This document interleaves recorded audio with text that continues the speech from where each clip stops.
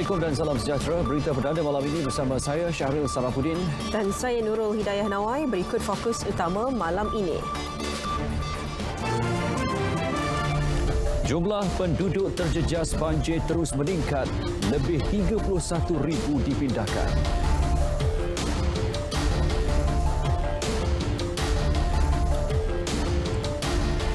Peruntukan RM200 juta disediakan tangani impak banjir.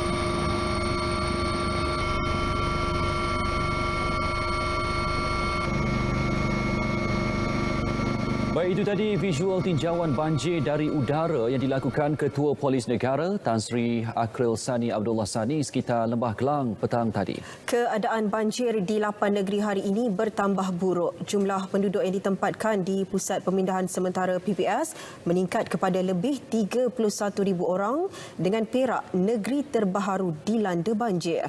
Di Pahang, aplikasi Info Bencana Jabatan Kebajikan Masyarakat memaklumkan penduduk terjejas banjir di negeri itu terus meningkat kepada 14,917 penduduk daripada 4,132 buah keluarga yang ditempatkan di 196 PPS.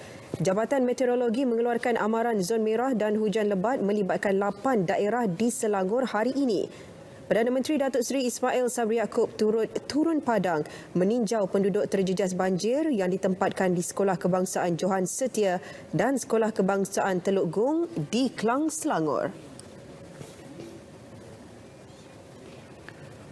Baik, berikut kita saksikan statistik penduduk terjejas banjir setakat 6 petang tadi.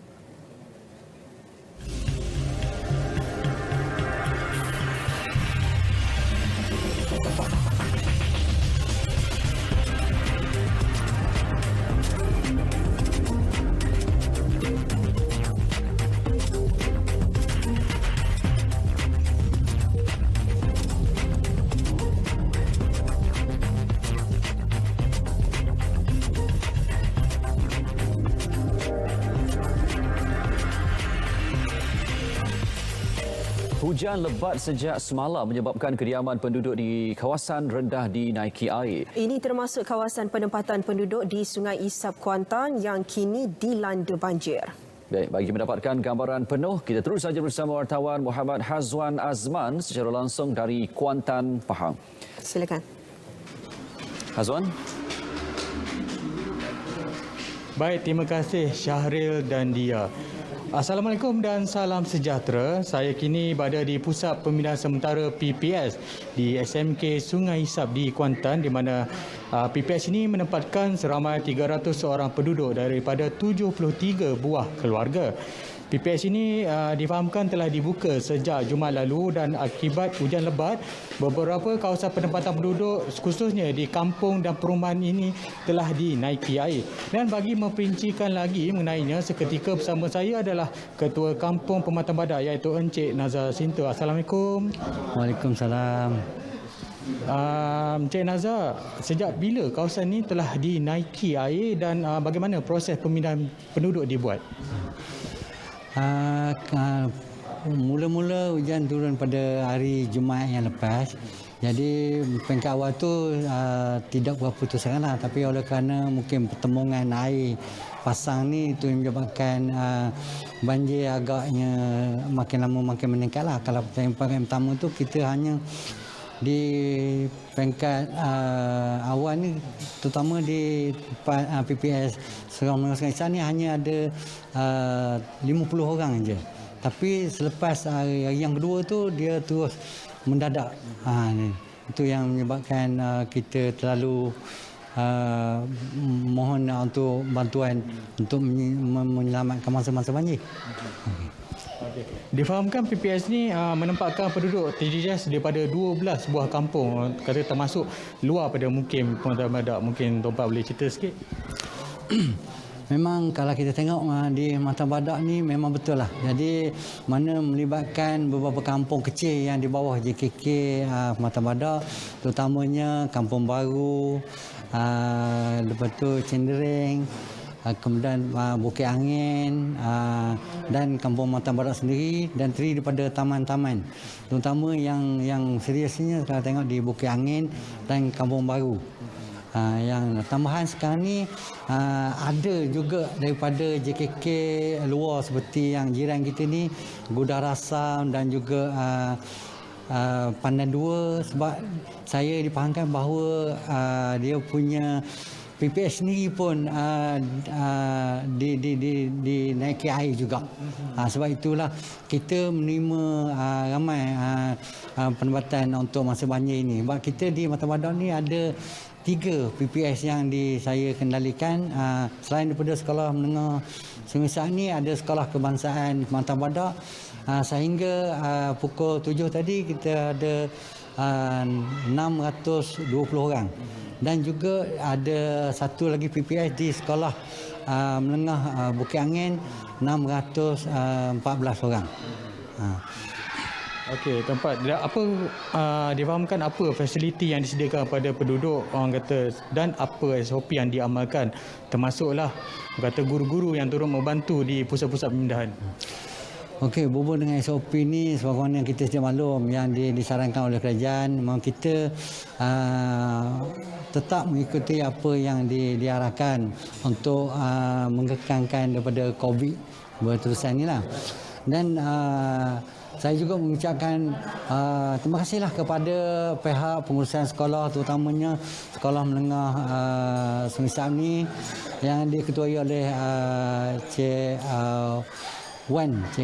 Jadi atas kerjasama dia, jadi saya dapat menempatkan masa-masa banjir ni dengan yang begitu mudah sekali lah. Begitu juga di Sekolah Kebangsaan Mata Badak yang kerjasama daripada guru-guru dan juga AJK daripada JKK kampus sendiri, dan juga daripada Sekolah Menengah Bukit Angin. Kerjasama dia orang tu memang sungguh baiklah. Okay, baik, terima kasih Tuan Pat di atas perkongsian tersebut. Sementara itu, situasi banjir di Pahang semakin buruk dengan jumlah penduduk terjejas banjir meningkat kepada 14,788 orang daripada 4,096 buah keluarga setakat 7 malam tadi, berbanding 12,936 orang pada 4 petang tadi. Menurut info Bencana Jabatan Kebajikan Masyarakat JKM, kesemua mereka ditempatkan di 154 buah pusat pemindahan sementara membabitkan 8 daerah, iaitu Kuantan, Maran, Raub, Lipis, Pekan, Bentong, Temeloh dan Jerantut. Jabatan Meteorologi Malaysia (Met Malaysia) pula mengeluarkan amaran hujan berterusan bahaya di 6 daerah di Pahang, iaitu Cameron Highland, Lipis, Raub, Jerantut, Bentong dan Kuantan. Amaran hujan berterusan buruk pula di Temeloh, Maran dan Pekan, manakala waspada di Bera dan Rumpin. Pada masa sama, sebanyak 19 sungai melepasi paras bahaya di Pahang, manakala 9 sungai melepasi paras amaran dan berjaga-jaga pula membabitkan 6 sungai. Baik, saya kira itu saja perkongsian semasa perkembangan banjir dari Pahang. Kita kembali bersama Syahril dan dia di Angkasa Puri. Baik, terima kasih Hazwan untuk perkembangan semasa dari Pahang. Berikutnya, Jajahan Kuala Krai, Kelantan menyaksikan jumlah penduduk terjejas banjir terus meningkat. Wartawan Amirul Hafiz Rosli ada laporan selanjutnya. Silakan.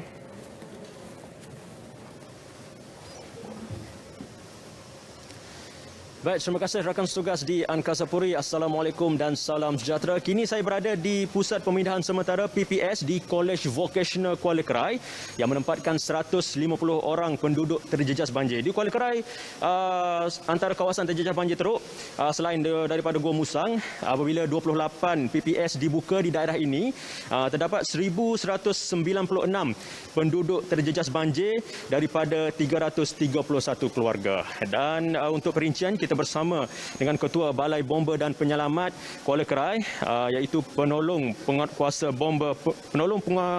bomba Muhammad Rizwan Arafi'i Parsimin. Apa khabar tuan? Baik, alhamdulillah sihat. Okey tuan, terima kasih kerana sudi untuk bersama kami untuk malam ini. Tuan, boleh cerita sikit berkenaan dengan keadaan terkini banjir di Kuala Krai dan operasi daripada pihak tuan sendiri? Okey, keadaan semasa yang boleh saya share di sini, alhamdulillah setakat hari ini kita kurang menerima hujan, cuaca yang agak baik untuk hari ini, dan juga dalam ramalan juga kemungkinan akan semakin berkurang. Dan keadaan saya semasa cuma hanya mendung sajalah, tidak melibatkan hujan yang lebat. Dan untuk keringan banjir ketika ini, kita boleh dapati air tetap meningkat daripada Sungai Kelantan yang menggabungkan antara dua sungai, iaitu Sungai Lebih dan Sungai Galas, yang bertempat di Kuala Krai ini, daerah ini. Dan setakat air sungai ini menunjukkan paras bahaya. Dengan paras bahaya itu juga telah kita pastikan terdapat pemindahan yang berlaku. Seperti yang Cik Amrul cakap tadi, sudah banyak PPS yang dibuka. Jadi untuk pasukan pengoperasi kami yang terdiri daripada yang ditentukan oleh PKOB sendiri dan juga PKTK, kami bersama agensi telah bertukar rumus sama ada daripada saya JBPM, Jabatan Bomba, juga daripada PDRM dan juga APM serta agensi-agensi lain sentiasa bersedia. Jadi alhamdulillah saya ucapkan ribuan terima kasih juga kepada warga masyarakat kerana berpindah awal. Jadi pihak kami setakat ini baru sahaja satu keluaran operasi yang memindahkan seramai 3 orang mangsa dari Kampung Hamzah ke PPS Sekolah Jenis Kebahasaan Cina Yuk Chai. Itu sahaja setakat 3 hari semenjak hujan. Jadi keadaan terkawal sangat baik, kerjasama yang telah diberikan oleh pihak Tok Penggawa, Tok Penghulu, ketua-ketua kampung, kerana info-info telah disampaikan dengan baik pada mereka untuk berpindah awal. Seterusnya juga kepada Jabatan Meteorologi jugalah kerana mereka mengeluarkan amaran awal. Jadi pihak kami penyelamat telah bersedia sebaiknya dan juga pihak masyarakat sendiri juga telah berpindah awal mengikut arahan-arahan yang telah dikeluarkan. Jadi untuk keadaan semasa itulah yang kami nyatakan keadaan terkawal dan baik.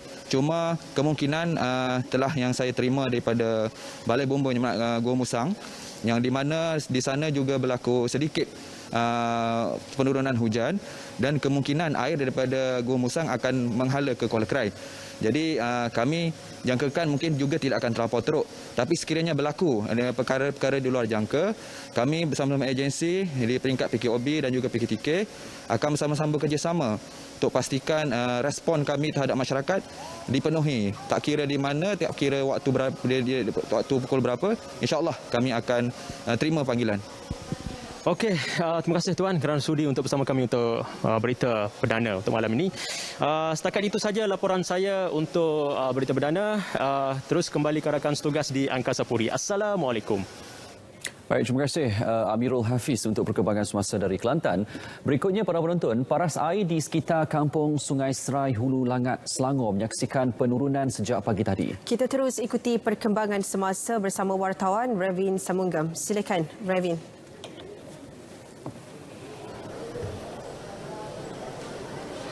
Baik, terima kasih Syaril dan Dia di Angkasa Puri. Saudara, seperti mana anda sedia maklum, kini saya berada di Sekolah Kebangsaan Kampung Sungai Serai Hulu Langat, Selangor. Juga merupakan pusat pemindahan sementara PPS. Saya berada di sini sejak pukul 2 petang tadi untuk mengikuti perkembangan semasa banjir di sini, saudara. Para saya di sini menyaksikan penurunan sejak pukul 10 pagi tadi. Lebih 117 individu melibatkan 33 keluarga kini berada di PPS ini.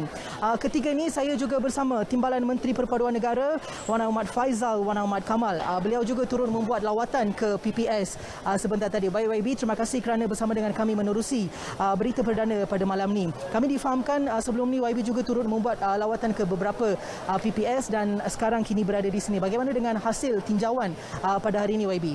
Ya, terima kasih banyak. Pertamanya saya baru pulang saja daripada Perhimpunan Agung Bersatu di MyTech dan kami bergegas ke beberapa lokasi antara pimpinan dan menteri-menteri bersatu dan kita melihat sendiri keadaan PPS yang tak semuanya sebenarnya bersedia kerana bencana berlaku serentak. Contoh saya baru pulang dari Shah Alam di Batu Tiga, banyak keperluan asas tidak diterima oleh mangsa banjir. Jadi di sini saya lihat koordinasi lebih baik di Sungai Serai.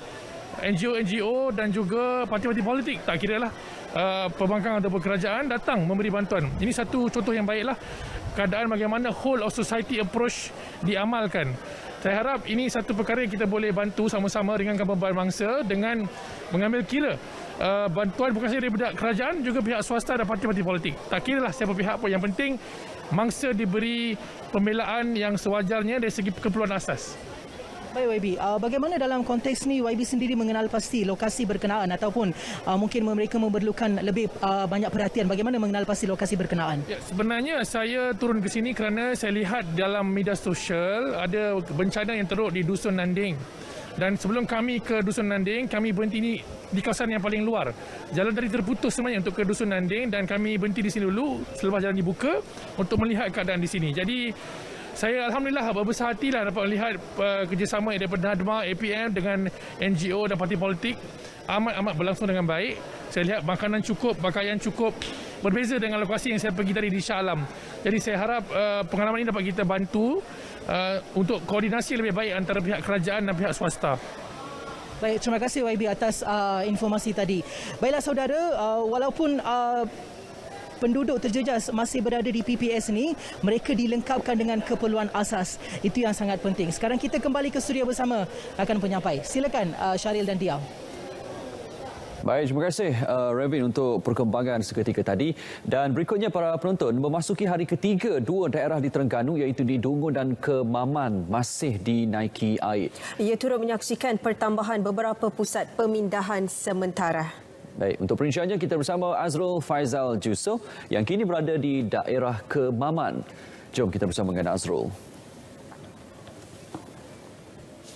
Baik, terima kasih Syaril juga Dia. Dan kini saya berada di lembangan Sungai Kemaman di Cukai Kemaman untuk yang terkini informasi banjir di Terengganu dan untuk perkembangan semasa yang telah pun dikemas kini terbaru saya terima daripada Sekretariat Jawatankuasa Pengurusan Bencana Negeri Terengganu yang dikeluarkan pada pukul 8 malam ini, yang mana ada pertambahan bagi penduduk terjejas banjir bagi negeri ini, iaitu ada pertambahan daripada 286 penduduk kepada 297 penduduk yang dipindahkan masih lagi di PPS yang sama, di 8 PPS melibatkan dua daerah, iaitu di daerah Dungun dan juga di daerah Kemaman. Dan untuk pecahannya bagi daerah Dungun melibatkan seramai 158 penduduk terjejas masih lagi ditempatkan di 3 PPS daripada 41 keluarga. Manakala bagi daerah Kemaman pula meningkat, itu dengan 139 penduduk terjejas dipindahkan ke 5 PPS melibatkan 28 keluarga. Dan ini merupakan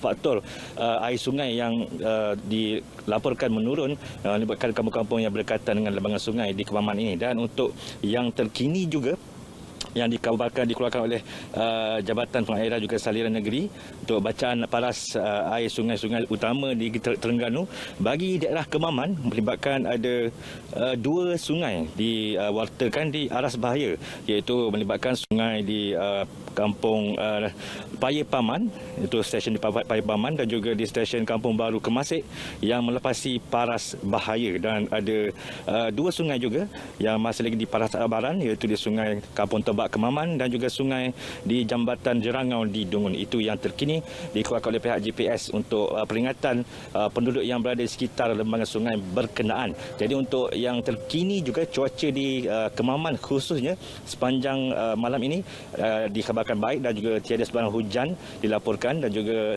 insya-Allah kita akan berikan tumpuan pemantauan sehingga ke esok jika ada pendapat tambahan penduduk yang terjejas pada malam ini. Jadi sekian untuk waktu ini. Kita kembali bersama Syahrir juga dia untuk berita seterusnya. Silakan. Baik, terima kasih kita ucapkan kepada Azrul secara langsung dari Terengganu seketika tadi. Berikutnya di Perak, jumlah penduduk dipindahkan ke PPS Sekolah Menengah Kebangsaan Abdul Rahman Talib Cangkat Jong terus mencatatkan peningkatan. Setakat 7 malam tadi, 91 orang daripada 23 buah keluarga ditempatkan di PPS berkenaan. Kita langsung ke sana bersama Nur Ain Abu Bakar untuk perinciannya. Silakan. Baik, terima kasih. Kalau pada 11 siang tadi saya berada di Kampung Batu 9 Cangkat Jong dan ketika ini saya berada di Pusat Pemindahan Sementara Sekolah Menengah Kebangsaan Abdul Rahman Talib di Cangkat Jong Teluk Intan ini untuk yang menempatkan mangsa pemindahan banjir di sekitar kawasan Teluk Intan ini.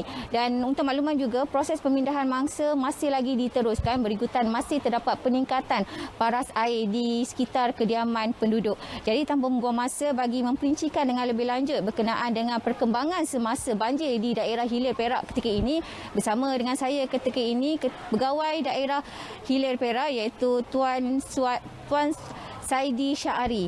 Assalamualaikum Tuan. Ya. Tuan, boleh Tuan memperincikan setakat ini bagaimana dari segi perkembangan semasa banjir di daerah Hilir Perak ketika ini?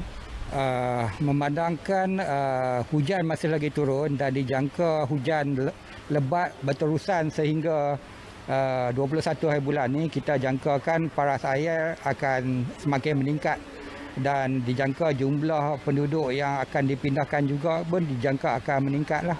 Tapi setakat hari ini kita hanya buka satu pusat pemindahan sementara lah.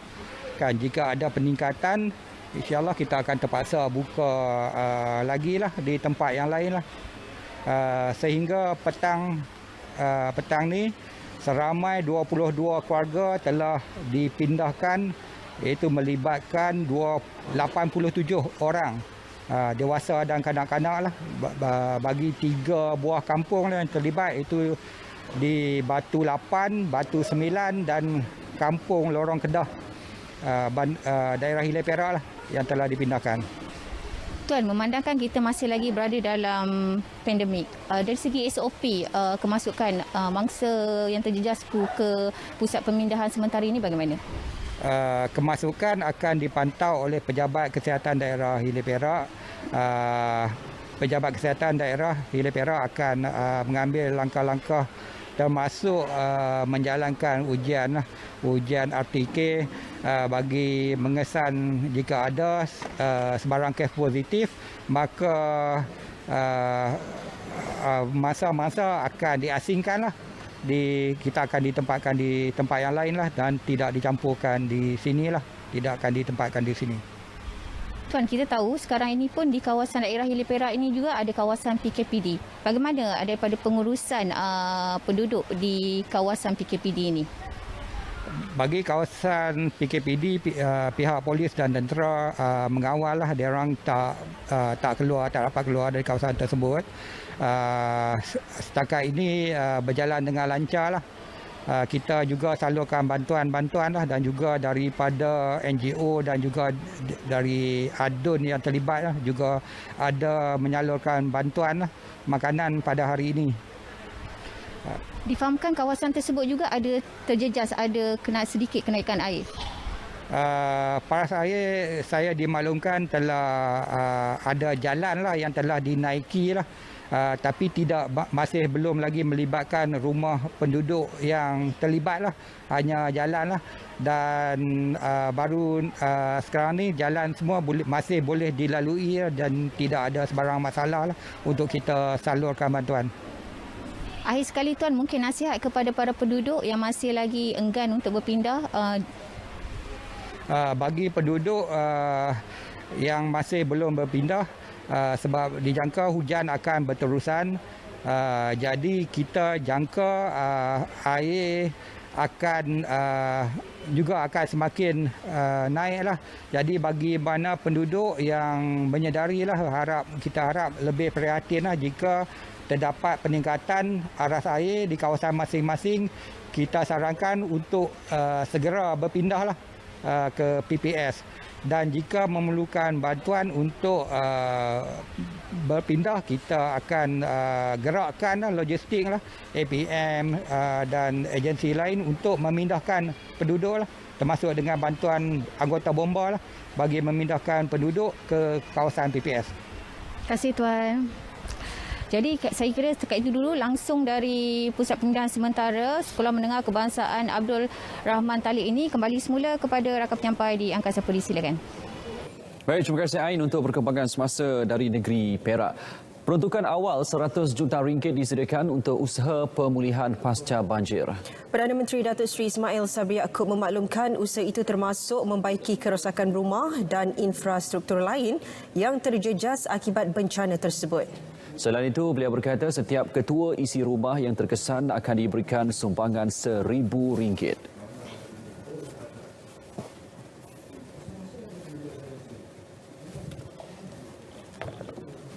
GLIC dan GLC bersetuju untuk menyalurkan sumbangan secara geran padanan dengan pihak kerajaan. Dan untuk peringkat awal ini, setelah perbincangan dilakukan semalam, kita bersetuju untuk menyediakan 20 juta. Bermakna kalau 20 juta, 40 juta lah. Kita ada back to back padanan daripada kerajaan dan juga daripada GLC di sini. Perdana Menteri berkata demikian selepas mempengerusikan mesyuarat khas berkaitan banjir di Klang, Selangor. 103 pusat pemindahan sementara di Selangor akan ditambah baik termasuk dari aspek penghantaran makanan. Kemudahan seperti katil dan tandas mudah alih juga akan disediakan dalam waktu terdekat. Kita telah bersetuju supaya semua isu yang berbangkit seperti ketiadaan makanan diselesaikan. Kita selesaikan. Hari ini kita selesaikan semua isu yang berbangkit. Sebagai contoh, untuk makan malam sini dan breakfast, makan pagi besok akan disediakan oleh Kerajaan Negeri Selangor, dan mulai besok lunch onward akan disediakan oleh Jabatan Kebajikan Masyarakat. Pihak berkuasa tempatan akan bertanggungjawab dalam aspek pembersihan seperti tandas dan longkang. Kaki tangan sektor awam yang terkesan akan diberikan cuti kecemasan bermula esok. Pihak swasta juga harus memberikan cuti kecemasan tanpa potongan gaji dan cuti tahunan. Jadi oleh kerana kita faham tentang kesusahan mereka, jadi kerajaan bersetuju untuk memberikan cuti kecemasan akibat bencana ini kepada kaki tangan awam yang terkesan akibat daripada banjir. Bila mereka masuk bekerja semula, boleh bincang dengan ketua jabatan masing-masing untuk menentukan. Saya harap selepas mereka dah balik ke rumah, menyelesaikan cuci rumah dan sebagainya, bolehlah bekerja semula.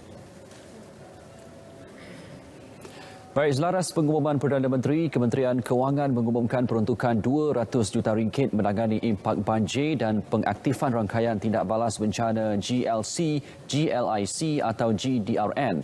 Jumlah tersebut merangkumi penyaluran RM50 juta kepada NADMA dan kumpulan wang amanah bantuan bencana negara membantu isi rumah yang terjejas akibat banjir. Menteri Kewangan Tengku Datuk Seri Zafrul Tengku Abdul Aziz dalam kenyataan memaklumkan kadar bantuan wang dinaikkan kepada RM1,000 daripada RM500 sebelum ini. Sebagai usaha permulaan, RM50 juta akan disediakan kerajaan dan syarikat pelaburan berkaitan kerajaan GLIC dan syarikat berkaitan kerajaan GLC menerusi GDRN. Geran padanan RM25 juta diperuntuk kerajaan manakala RM25 juta lagi diperuntukkan bersama GDRN. Baik, berita perdana kita akan teruskan dengan perkembangan sukan. Kita bersama rakan penyampai Nazri Fahmi. Silakan Nazri.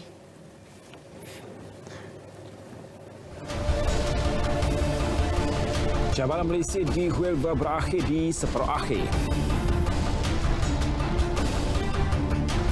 Muhammad Izlan cerita kejutan di Bukit Jalil menang emas acara lompat tinggi tewaskan Lee Hapwi.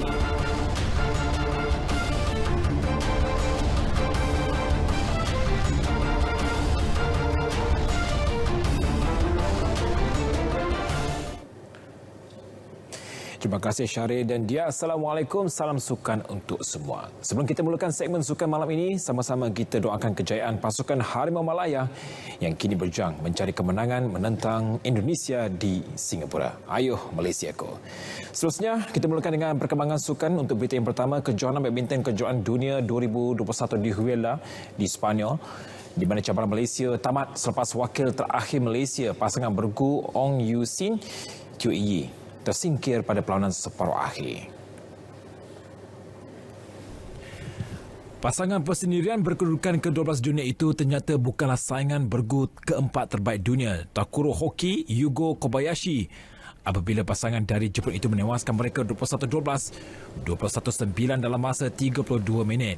Walaupun tewas, namun juara Masters Thailand 2020 itu mampu berbangga kerana berjaya membawa pulang pingat gangsa. Pada perlawanan akhir hari ini, pasangan Jepun itu akan berdepan pasangan dari China, He Jinting Tan Giang, yang menewaskan Kane Astrup dan Andres Rasmussen dari Denmark di satu lagi aksi separuh akhir.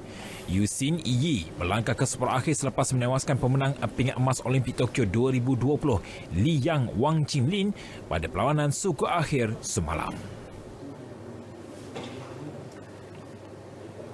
Kejohanan Olahraga Kebangsaan 2021, atlet lompat tinggi kelahiran Sabah Muhammad Izlan Dahalan mempamerkan aksi cemerlang dengan membuat lompatan 2.14 meter sekaligus mengenepikan pemegang pingat emas Sukan Asia 2017 Lee Hap Wei pada aksi yang final yang berlangsung di Stadium Mini Majlis Sukan Negara Bukit Jalil hari ini. Dalam penampilan sulung saingan peringkat kebangsaan, Izlan berpuas hati dengan lompatannya yang juga merupakan pencapaian terbaik peribadi. Menurut atlet berusia 22 tahun itu, ia permulaan yang baik bagi merealisasikan misi memburu slot kesayangan Sukan SEA Vietnam 2022 yang akan berlangsung pada bulan Mei depan. Sebelum ni pun train konsisten, tapi untuk qualify SEA Games susah sikit lah sebab SEA Games qualify dia 215. Kami buat tadi 214, tapi kira okey lah. Kira itu sistem paling terbaik lah untuk kami. InsyaAllah kalau tahun depan lagi konsisten, mungkin boleh lompat 216, 217 macam tu.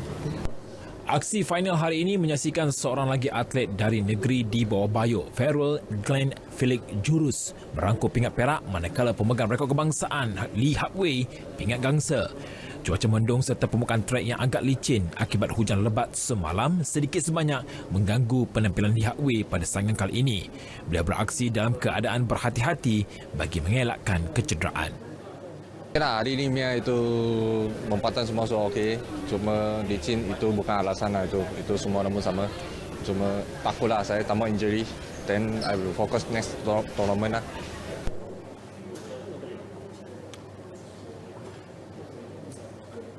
Jago lempar cakra wanita kebangsaan Queenie Ting yang mencipta rekod baharu kebangsaan bulan lalu sekali lagi mengungguli aksi final lempar cakra dalam kejohanan olahraga kebangsaan 2021.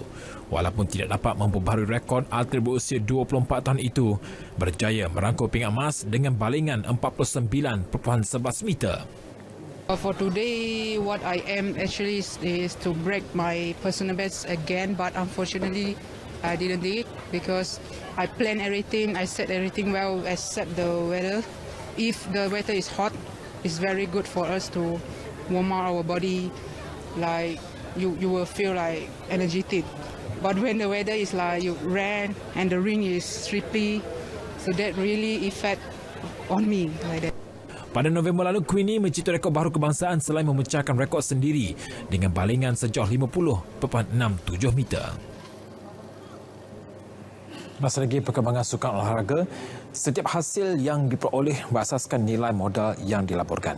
Ujar jago lempar cakra Asia Tenggara Muhammad Irfan Samsudin yang mahu Majlis Sukan Negara bersama Kesatuan Olahraga Malaysia KOM mempertimbangkan permintaan gaji jurulatihnya Francis Petrovic dalam memastikan persiapan rapi menjelang dua kejohanan utama pada tahun depan, Sukan SEA Vietnam 2022 dan Sukan Asia Hangzhou 2022.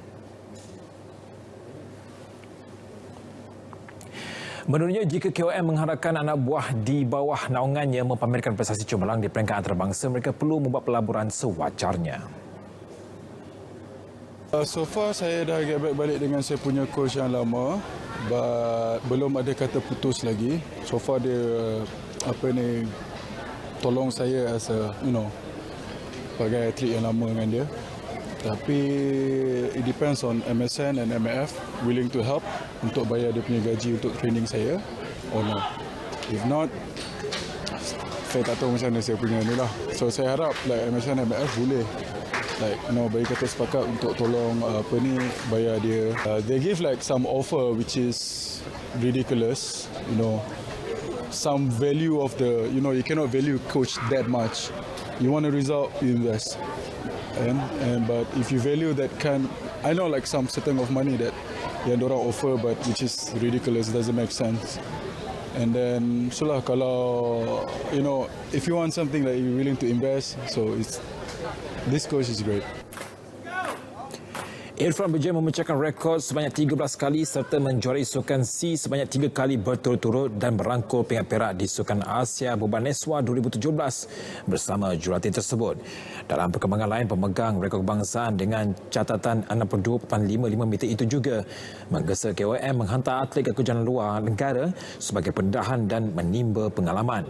Tambahnya, jika berlaku pengurangan peruntukan daripada kerajaan pasca COVID-19, menjadi tanggungjawab KOM untuk mendapatkan tajaan luar bagi memastikan perkembangan prestasi atlet ke tahap lebih tinggi. Macam tak boleh, this comes to MAF punya job tau. MAF, they really need to find a kind of sponsor. It's persatuan punya kerja. MSN have to take care like a lot of athletes. Kalau diorang tak ada budget, which is MAF have to find the budget. MAF have to find the sponsor. Use the sponsor, find a big companies to find a sponsor for us athletes. Yeah, MAF persatuan like kena banyak main peranan lah. Irfan ditemui ketika kejohanan olahraga kebangsaan 2021 di mana beliau mengungguli acara lepas cakra dengan merangkul pingat emas dengan balengan 52.38 meter. Sukan pemotoran setelah 10 pusingan kejuaraan Petronas Malaysian Cup Prix, pelumba Honda Yuzi Idemitsu Team Azroy Hakim Anwar akhirnya berjaya bergelar juara kategori CP 150. Walaupun kedudukan pendalu kejuaraan telah dirampas oleh Ahmad Afiq Amran dari pasukan Petronas Sprinter Yamaha CKJ Racing di pusingan ke-9, Azroy enggan menyerah.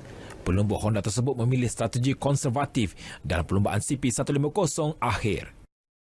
Terima kasih semua organizer yang dapat menjayakan race ni. Dan tahun ni adalah tahun yang paling saya suka, banyak bercampur bau perasaan saya sebabkan bukan mudah nak menang juara overall ni. Dan kalau kita lihat semalamnya race, saya finish di tempat keempat, Hafiz first, dan menyebabkan point saya ketinggalan 8 point. Dan last round ni saya datang dengan orang kata penuh keyakinan. Strategi curi angin ataupun slipstreaming Azroy berjaya apabila pelumba Honda tersebut membuat kejutan di garisan penamat dengan catatan masa 14 minit 13 saat. Kemenangan ini sekaligus mengesahkan kedudukan Azroy sebagai juara CP 150 dengan 163 mata. Tempat kedua dimenangi Ahmad Fazrul Syam dan Muhammad Izzat Zaidi Muhammad Salihan menduduki tempat ketiga. Pesaing terdekat Azroy, Ahmad Afiq Amran, menamakan perlumbaan penutup tirai di tempat kelima dan terpaksa akur di tangga kedua keseluruhan dengan 157 mata. Muhammad Akid Aziz menamakan saingan musim 2021 di tangga ketiga dengan 135 mata. Sekian sahaja berita sukan untuk malam ini. Sebelum berpisah, kedudukan terkini antara Malaysia dan juga Indonesia masih lagi 3-0, Vietnam 1, Kemboja 0. Kembali semula bersama Dia dan juga Syaril.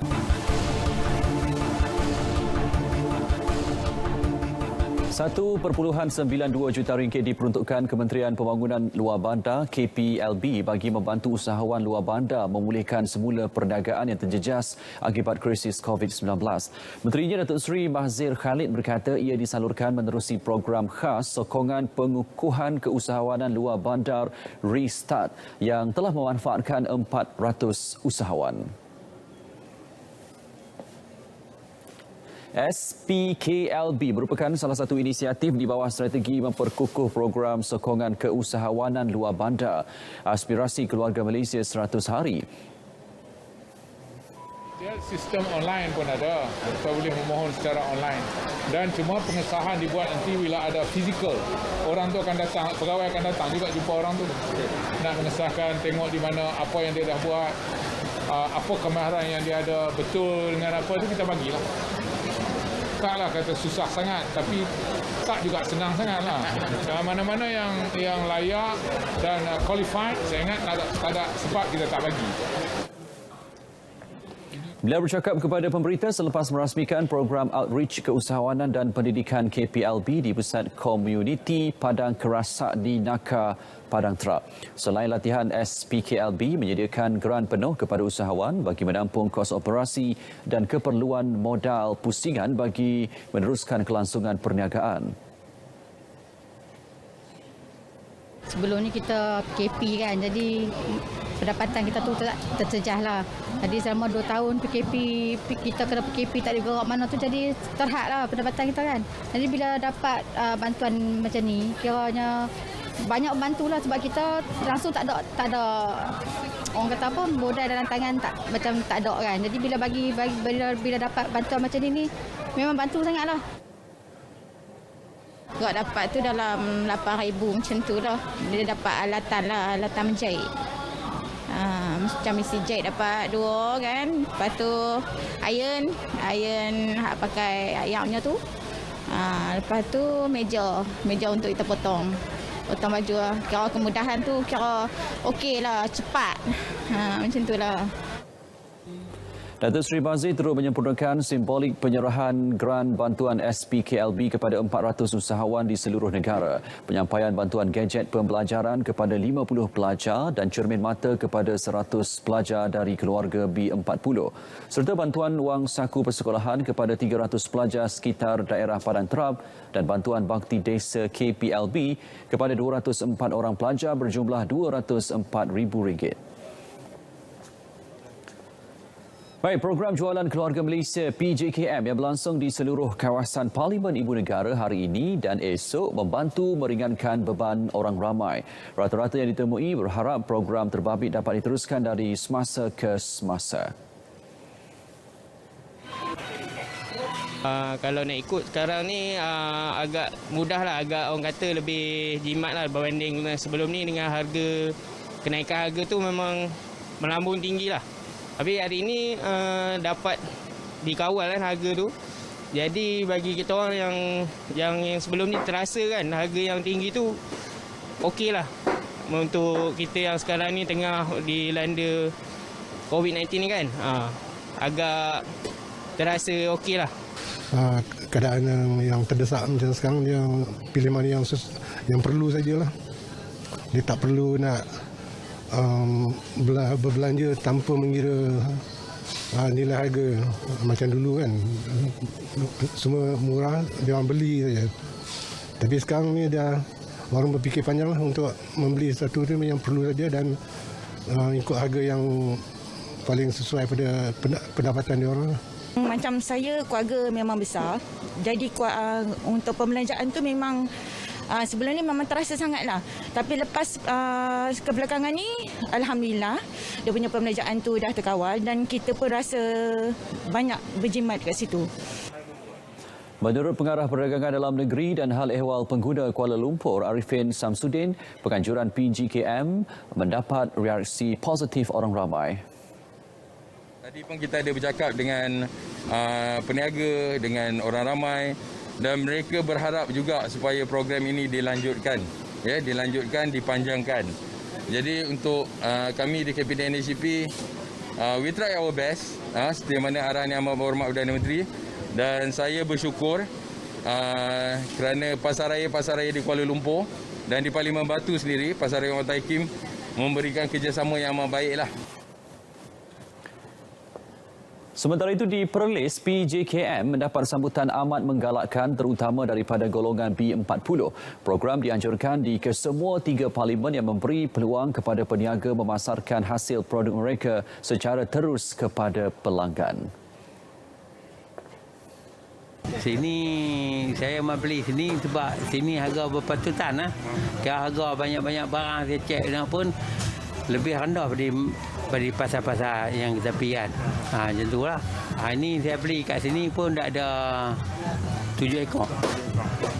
Program ni bagus. Kalau boleh di Perlis ni ada sebulan sekali ke, macam tu lah kan. Berkonsepkan pusat sehenti, program bukan sahaja memanfaatkan pembeli, malah menguntungkan peniaga. Jualan Alhamdulillah, pasal ramai orang yang sekarang ni harga memang mendadak tiba-tiba. Jadi harga yang kami bagi ni memang atas arahan kami punya majikan lah kan. Harga diturunkan. Atas dia punya orang kata inisiatif lah kan. Dia pun nak join lah setiap kali ada peluang macam ramai lah yang kalau boleh minta teruskan lah kan, selalu macam kalau boleh dia pun kata adakan selalulah kira macam ni peluang untuk dapat harga murah ni. Kita melancarkan juga skim harga maksimum keluarga Malaysia yang mana terdapat 12 item barangan yang dikawal harganya di semua peringkat, iaitu dari segi pengeluar dan juga peruncit. Kemudiannya kita juga ada program jualan keluarga Hari Malaysia yang insya-Allah akan diteruskan sehingga bulan Mac nanti. Jadi kita harap rakyat bukan saja yang terkesan akibat pandemik COVID-19 ni, tapi juga dengan ketidaktentuan cuaca dan sebagainya. Kita harap sedikit sebanyak dapat membantu meringankan beban rakyat. Itu yang kita harapkanlah dalam program penganjuran program jualan keluarga Malaysia. Skim Simpanan Pendidikan Nasional SSPN merupakan produk simpanan pendidikan di bawah PT-PTN yang menyediakan pelbagai keistimewaan dan manfaat kepada keluarga Malaysia. Antara kelebihan akaun simpanan SSPN, kadar dividen yang kompetitif, pelepasan taksiran cukai pendapatan ke atas simpanan bersih hingga RM8,000 setahun. Selain itu, grant sepadan sehingga RM10,000 untuk satu keluarga yang layak, pelindungan takaful secara percuma, simpanan yang dijamin kerajaan dan patuh syariah. SSPN juga dapat membantu mereka yang mahu melanjutkan pelajaran terbeban dengan hutang yang banyak. Mengharapkan dan juga menggesalah kepada ibu bapa yang masih belum membuka akaun simpanan SSPN, cepat-cepat buka kerana semuanya sekarang di hujung jari saja. Tuan-tuan dan puan-puan boleh layari www.lovesspn.com. Kerana di samping kita menyimpan di bawah SSPN ini juga memberi satu pelindungan buat kita sekeluarga lah.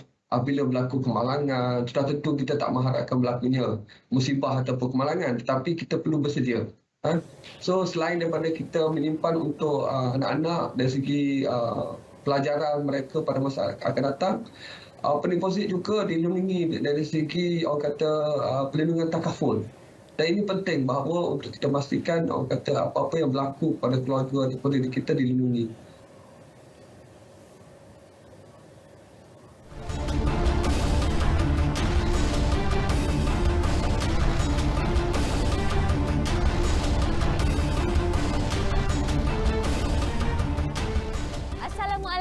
Salam sejahtera, bertemu lagi dalam Bidiva. Penganjuran Festival Perkampungan Budaya Melayu mampu membuka ruang kepada masyarakat untuk menghayati keunikan seni dan budaya di samping meningkatkan ekonomi dalam kalangan usahawan tempatan.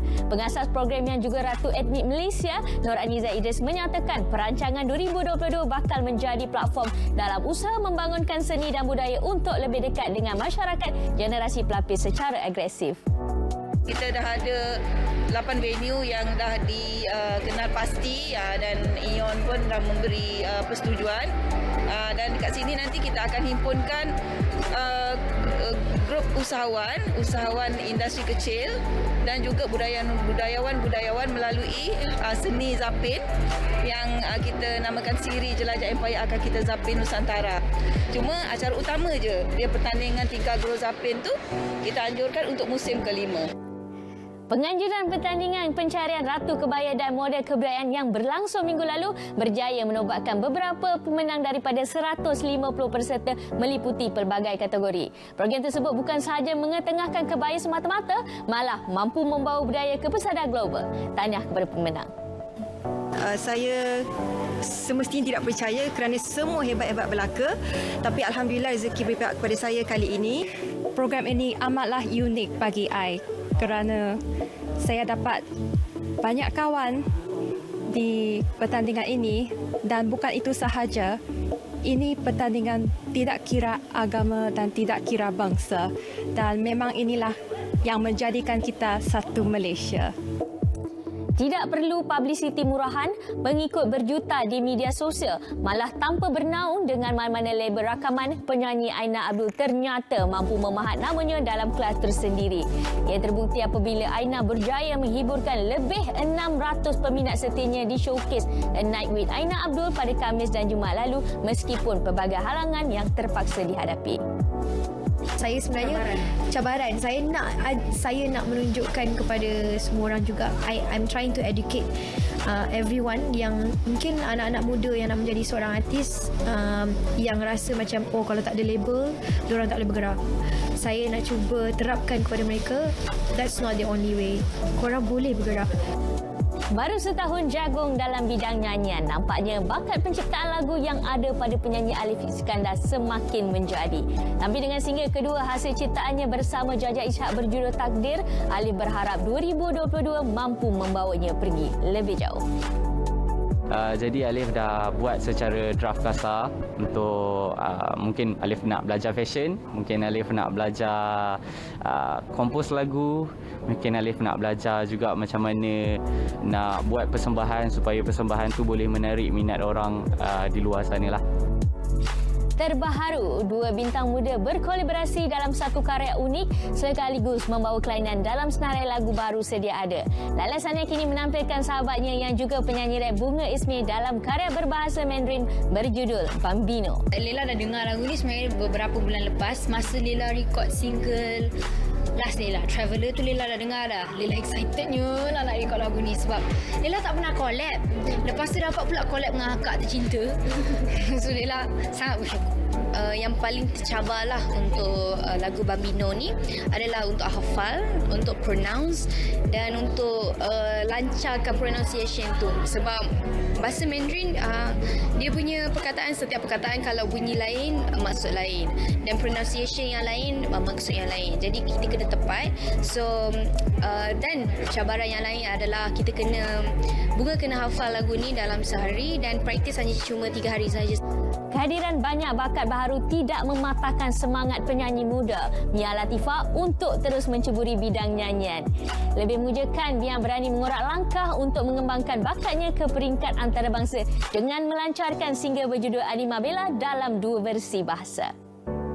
Sebab itulah kita orang buat 2 language, satu dengan dalam full English, lepas tu satu dengan dalam Malay, so that yang English tu orang international boleh akan faham maksud lagu and everything. So kita orang tak tukar lyrics banyak, nak meaning dia sama. Diinspirasikan oleh peribahasa setinggi-tinggi tupai melompat, akhirnya jatuh ke tanah juga. Penyanyi dan komposer Ashraf Nasir berkata, single terbarunya Tupai adalah daripada pengalaman hidupnya dan tidak menyindir mana-mana pihak. Namun kata Ashraf, jika siapa yang makan cili, dialah terasa pedas. Dia orang tikam belakang lah. Sebab saya pernah alami situasi itu masa zaman sekolah juga, di mana saya sangkakan orang ni percaya pada kita. Dia orang sanggup ikut kita punya direction apa semua, tapi di sebaliknya dia orang cuba cakap buruk pasal kita, memburukkan nama kita dengan orang lain. So itu pertama kalinya di usia yang muda saya dapat memahami sifat manusia yang sebenar. Perkongsian single Tupai itu mengakhiri Bidiva untuk malam ini. Kami akan kongsikan lagi perkembangan lain minggu depan. Informasi hiburan kami sajikan bukan keterlaluan. Saya Caca Yatim. Assalamualaikum. Bye.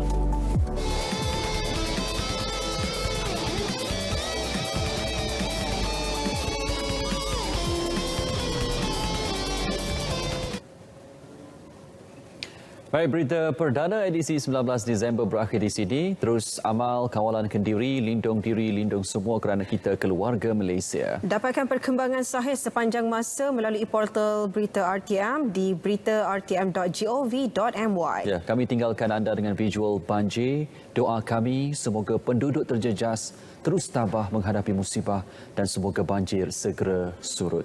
Yang sahih di Berita RTM. Assalamualaikum. Salam sejahtera, kita jumpa lagi.